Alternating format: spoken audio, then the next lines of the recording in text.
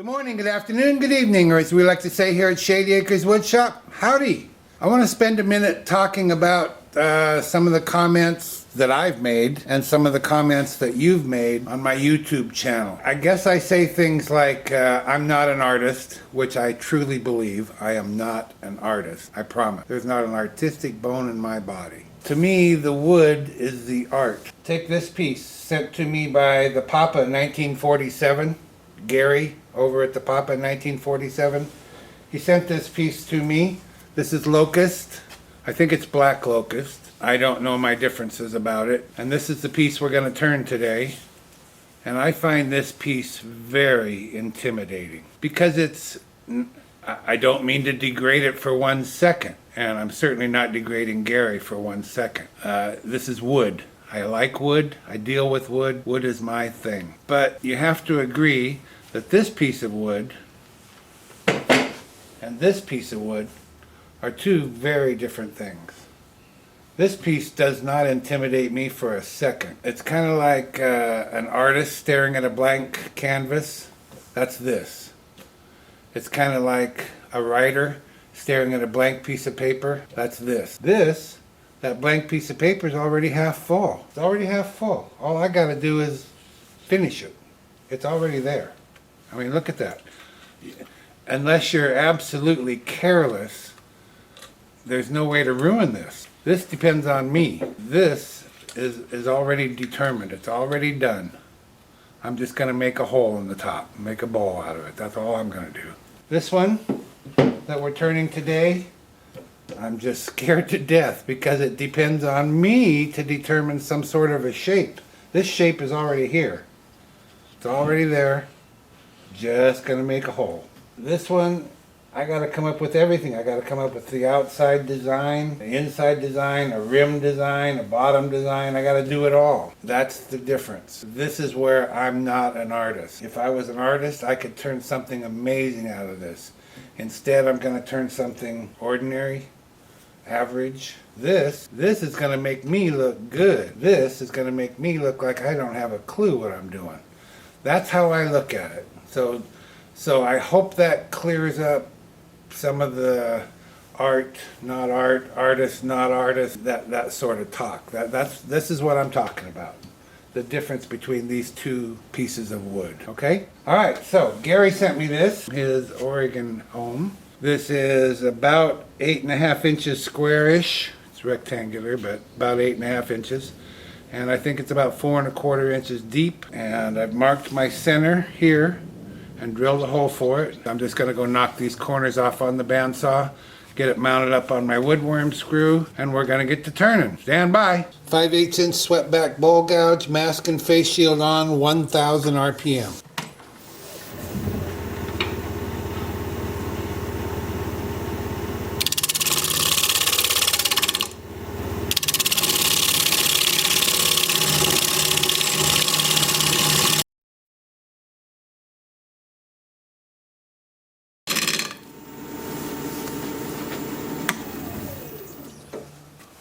Now this wood is pretty wet. Whoa. Whoa. Gary said it was wet, and he was right again.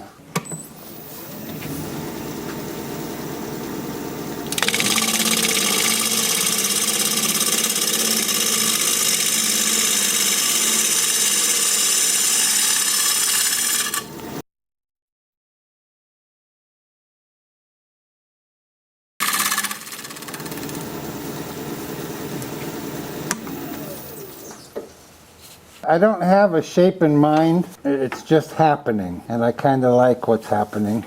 Nothing special about it, maybe a shape that I don't usually do.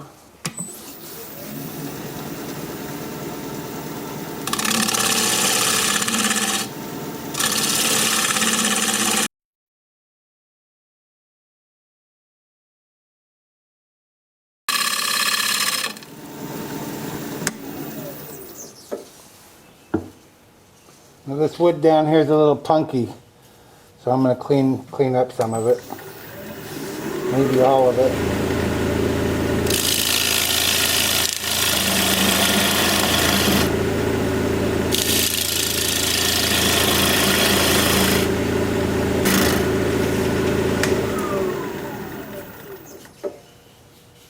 How that looks better. Okay, we'll mark out for our tenon size.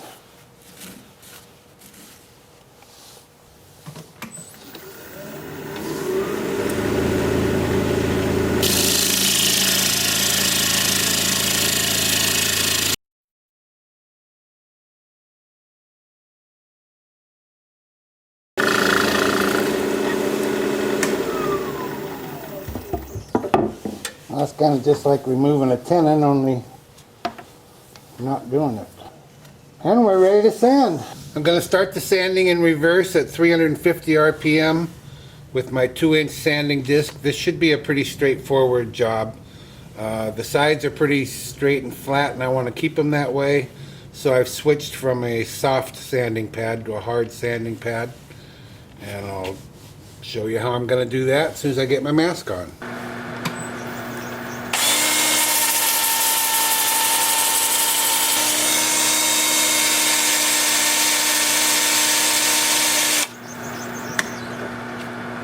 Yeah, this should be a piece of cake. Then what I'll do is I'll just peel off that same disc. And in order to get in here and forward, I'll just go like that. And I'll do that with each grit, and I'll alternate between forward and reverse, and I'll bring you back when it's time to put the finish on there. Or maybe one other step first. We'll see. See you in a bit. Now when Gary sent me this piece of wood, that's Gary, ThePapa1947 is his YouTube channel, he included some sanding paste that he'd made. And I know it's his because he put his name on there, Gary's Sanding Paste. So we're good to go. So I thought I'd give it a try. I got a real nice, surprisingly nice finish from sanding this fairly wet wood. And when I say fairly wet, I mean it's really wet. Anyway, so I'm putting some of Gary's paste on the paper towel, and I'm just going to rub it in. I'm just going to use this the same way I've used other sanding pastes. This is kind of an open grain wood, so I think it's going to take quite a little bit. And then for our finish, we're going to go with Howard Feed and Wax on this piece. Because it's wet, I'm not so sure the shellac would dry that well on here. It might, I don't know. Anyway, so I'm going to rub this in like this for a little bit. Then I'm going to spin the lathe up at a low speed and rub it in some more. And then I'm going to turn it up at a high speed and buff it off of here. And then I'm going to put Howard Feed and Wax on it. I'll bring you back for that. And then it'll be time to turn it around and start working on the inside. So I'll see you in just a little bit. So if you're not familiar with it, this is what I'm using, Howard Feed and Wax. It's available in the States for a very inexpensive price, like $8 or $9 for a bottle like this. And I've had this bottle for more than a year. I've used it many, many, many times. And it just works good. And I just put some on a rag and wipe it in. And I'll tell you what, this stuff amazes me because I'll pick up a piece in the house that's been in there for maybe several months, been handled several times by several different people, and it still feels real good. It looks good. It's just amazing stuff. And I don't get anything for saying any of this. They didn't give me this. I bought it. I've never even talked to anyone from Howard. I just like to tell you what products I use, because if you like what you see, then you need to know how to get it and where to get it. And here in the States you can get it at well, Home Depot and Lowe's and probably just about any paint store, just about any place that sells paint. Now I tell you it's inexpensive in the States. I can also tell you, judging by comments from viewers that have gone looking for it in the UK, that it's not so inexpensive there. And I'm sorry about that. I don't have anything to do with it. But, you know, even if it was, say, $20, well, I shouldn't say that because maybe they're watching and they'll raise their price. But even if it was 20 bucks, for as long as it lasts and as well as it works, I'd buy it. I'd just pay the money. It's good stuff. So I'm just rubbing this in real good. I'll let it dry for 20 minutes. I'll come back out here and buff it up, which is just a clean, soft cloth with the lathe spinning at maybe around 1,000 RPM is what I usually do. It doesn't put a shine on it. maybe a subtle shine, but it protects it and it feels good and it looks good and like that. So anymore, about the only finishes I use are this and shellac. I've tried many different finishes, and these just turn out to be what I prefer. So there we go. I'll buff it up, and then I'll see you back here when it's time to turn it around and hollow it out. Don't go anywhere. Okay, time to turn it around. See if we can get it off this woodworm screw.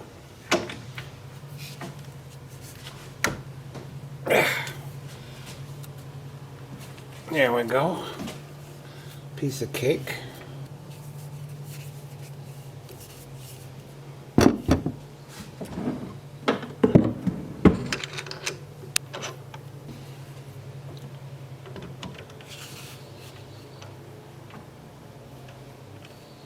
And then the way I do this, just enough to hold it there.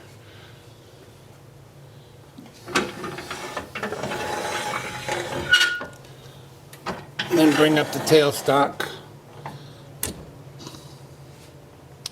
and push that tenon into the jaws of the chuck, and then tighten the chuck up. And that way I know it's well centered. Oh, look at that, I cut myself. How did I do that? On this rough edge, I guess. Boy, I'm a bleeding. Let me crap. If it isn't one thing, it's another. Let me take care of that. Jeez. Oh yeah, I got it all over my other hand too. Hold on, I'll be right back. Boy, that was nasty, and it's still nasty. I've just got blood all over the place. Anyway, the reason I do this, I'm gonna do it again because I can't remember where I was. Leave the chuck loose, drive the live center in, and then tighten the chuck. And that way you know you're well centered and well seated. No issues with it being off center or half a grip or whatever. And then you can feel safe about the whole thing. Okay, let me get my, let's see, I guess we'll go with the standard grind 5/8 inch bowl gouge. I'll get my mask and face shield on, and we'll get to turning. I can't remember the last time I felt leery of a piece. We'll go with leery. You see the wobble in that? This is the next day. I did let this set overnight. I had something I had to do. So this is the next day, and like I said, this is a wet piece. And I don't know if it warped, but I do know that when I clamped it in the jaws of my chuck, that I probably had a 1/4 inch gap where the jaws come together, and now I have about an 1/8 of an inch gap. So either it has shrunk down, or it's more likely to me that some of this wood is soft wood. I noticed the darker wood, I don't think that, well, like this kind of wood here is way softer than that is. And part of this is in the jaws of the chuck, some of that softer wood. And I don't have a real feeling of security in the grip that I have on this piece. Well, the grip is okay, but I don't think that it's going to hold, and I kind of think this is going to go flying off the lathe. I've only had one tenon in my life separate from the bottom of the bowl. It just came apart, and that's what I think this one might do. I don't know. There's this crack. This is the only crack I've seen in the piece. Comes down here about 3/4 of an inch. It comes down on the outside about 1/2 an inch. So I might face this off down 1/2 an inch to get rid of that crack. Like I say, it's the only one in there. I hate for it to spoil the whole piece just for one little crack. So I might just take the top of this down about 1/2 an inch. I don't know. Anyway, we're going to be turning at 1200 RPM with my 5/8 inch bowl gouge mask and face shield on.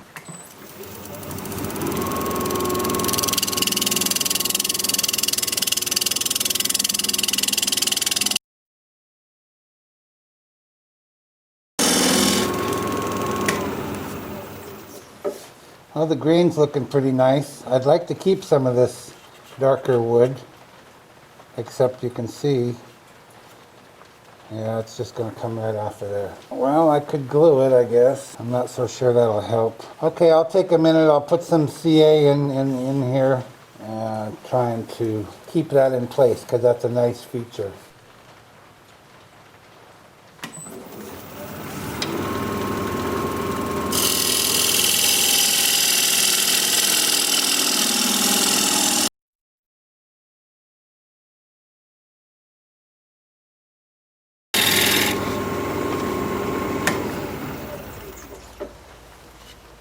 Well, I'm going to have to get rid of the tailstock. I can't get in here at the right angle. So this is where it gets a little scary because I'm not comfortable with that tenon. But what's the worst that could happen?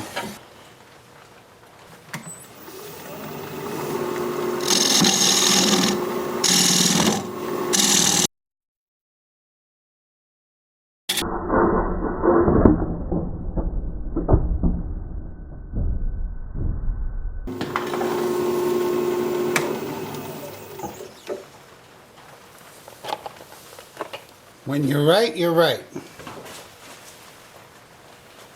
I just knew it. I just knew it wasn't going to hold.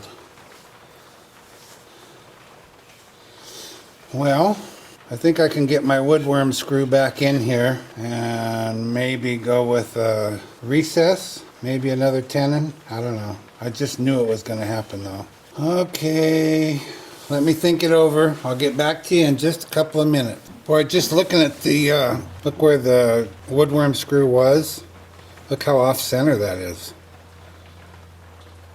This piece is really moved. So if I mount this back up in that same hole, how am I ever going to be centered on the bottom? Jeez. Gary, what'd you get me into, buddy? Not your fault, not your fault. I could just put it between centers, I guess, and move this over. But I don't know, you know, the outside's done. It's finished. And no, there was no damage with this coming. I don't see anything. With this coming off the lathe, I don't see any damage at all. I do see a split here. Like I told you, this darker wood is softer than the lighter colored wood. Well, I just can't put it back there. I just can't put it back in the same hole. I guess I can try it and see how far off it is. That's about all I can do. Just one of those days, isn't it? Well, no question about it, this is not going to be a museum quality bowl. Not that it started out to be one either. But surprisingly, it's off, but not as much as I would have guessed it would be off. I just mounted it back up in that very same woodworm screw hole, and it's going around and around. So I'm going to clean this off and put a recess in there and see where that gets us. Turning at 1200 RPM.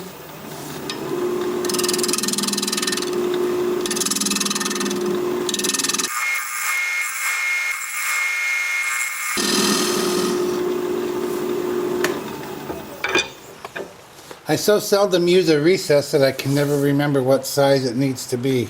Maybe like 2 1/4 or something like that. Yeah, that must be it. My dividers are already set at 2 1/4.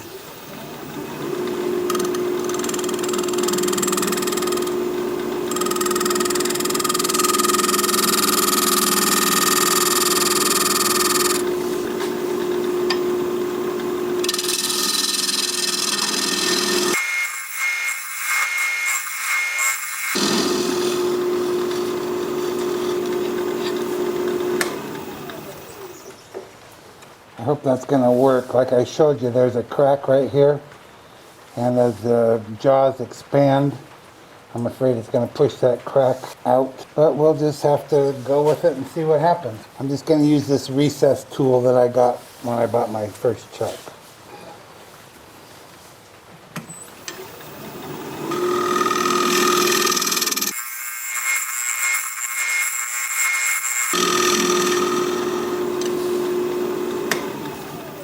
Dovetail tool it's called, I guess. Okay, we'll try that. I'll flip it around, I'll be right back. Well, there is some wobble in it. But I don't think it'll be noticeable once I finish turning. I'll have to return the top here a little bit. And then once I turn the inside, I don't think it'll be noticeable. This is just a fun little adventure. Let me get my mask and face shield back on, grab my bowl gouge, and we'll get back to it. About 1300 RPM.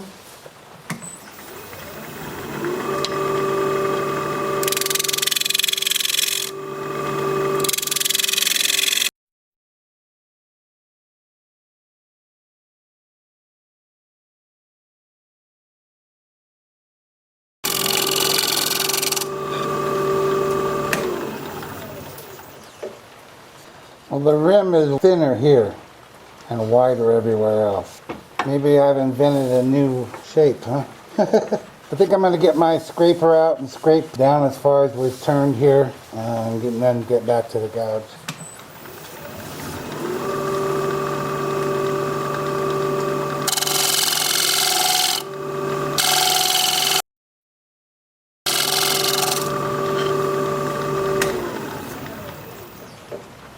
Yeah, that's good. Okay, we'll continue on. I'm going to have an off-center bowl here. Very narrow here, very wide over here. Kind of cool.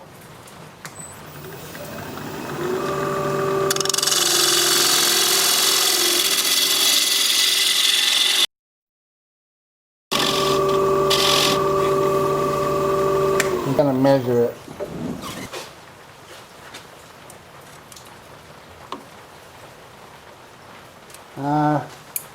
About 3/8 of an inch. That's probably good enough, but I'll make another pass or two.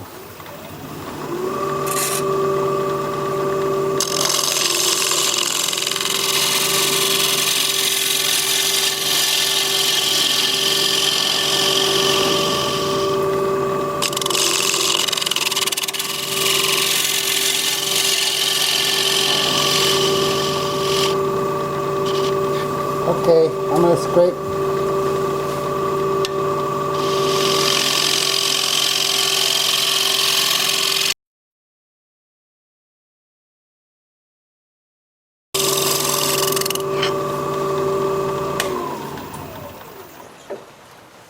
Okay, still in one piece. I'm curious what this is going to look like with this very narrow rim. Looks like an off-center bowl, that's what.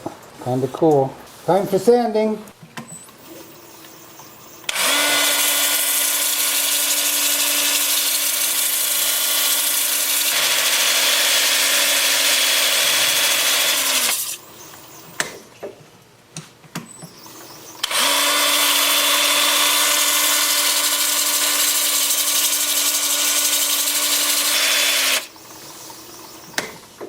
So that's what I'm going to be doing for a little bit. I'm starting at 80 grit. I'll work up through 400 just as I did on the outside.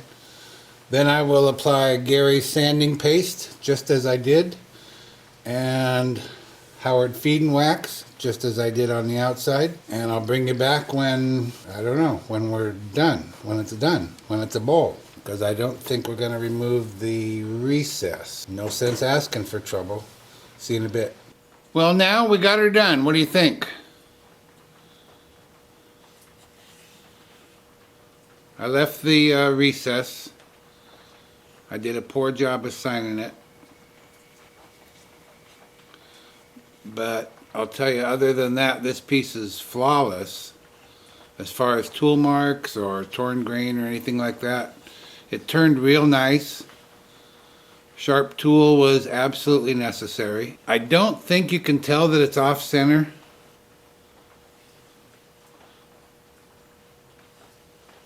I don't know, maybe you can.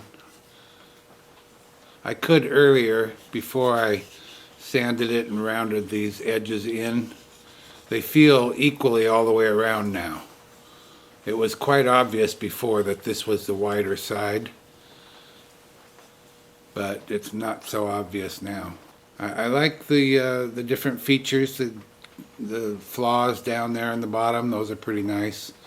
The light colored grain along with the dark colored grain. The flaws on the outside. Pretty cool. Thanks, Gary, for sending this to me. If you like this video, thumbs up please. I'd sure appreciate it. If you're a subscriber, thank you very kindly. I truly appreciate that. If you're not a subscriber, you might consider becoming one. I put out regular videos about one a week, and I'd like to keep in touch. Your comments are always welcome, and I respond to all of them. So for now, this is Phil, Shady Acres Woodshop, signing off.